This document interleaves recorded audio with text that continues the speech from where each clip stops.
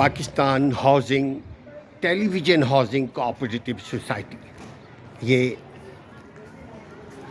Society cooperative society का area है।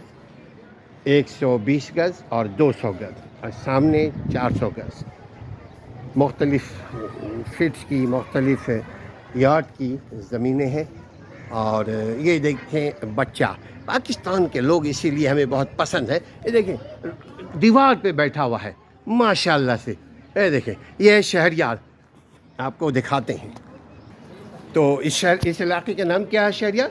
इस इलाके का एसनाबाद कहलाता है, पीटीवी सोसाइटी, स्कीम 33, स्कीम 33। लेकिन क्या cooperative housing television cooperative housing society. Society, ये यहाँ ये शहर से अलग है मगर ये खुद सुकून एक है। शहर है।